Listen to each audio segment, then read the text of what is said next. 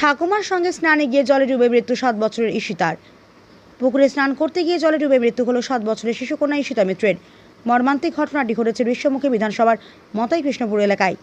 জানা গিয়েছে, আজ দুপুরে ঠাকুমার সঙ্গে বাড়ির পাশের পুকুরে স্নান করতে গিয়েছিল ঈশিতা। অসতর্কতা বশত হঠাৎ সে জলে তলিয়ে যায়। সঙ্গে সঙ্গে ঠাকুমা চিৎকার শুরু করলে স্থানীয় যুবকরা ছুটে আসেন। এরপর পুকুরে দীর্ঘক্ষণ খোঁজাখুঁজির পর উদ্ধার হয় ঈশিতার নিথর দেহ। স্থানীয় যুবকদের তৎপরতায় বাইকে করে দ্রুত তাকে বিলোনিয়া মহকুমা হাসপাতালে নিয়ে আসা হয়, কিন্তু চিকিৎসক পরীক্ষা করে ঈশিতাকে মৃত বলে ঘোষণা করেন।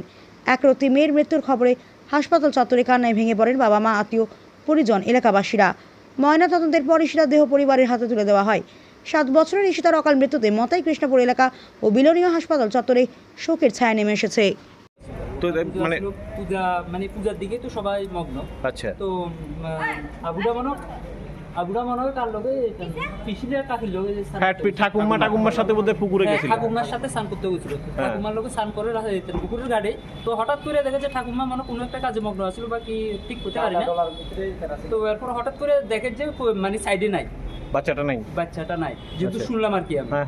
বাচ্চাটা সাইডে না। তো হঠাৎ করে এবার মানুষের ডাক দিছে, মানুষের যাওয়ানোর পরে তারপরে তোমরা সবাই বোধহয় পুকুরে নামছিলে? ঠিক আমি আসছিলাম না, তারা সবাই গেছি। আচ্ছা, খবর পাওয়া সঙ্গে যাই আর পুকুরের ভিতরে সিটটা ভিতরে টোকাইছি, ফাইতে আসি না। মানে পুরা পুকুরটা খুঁজছো?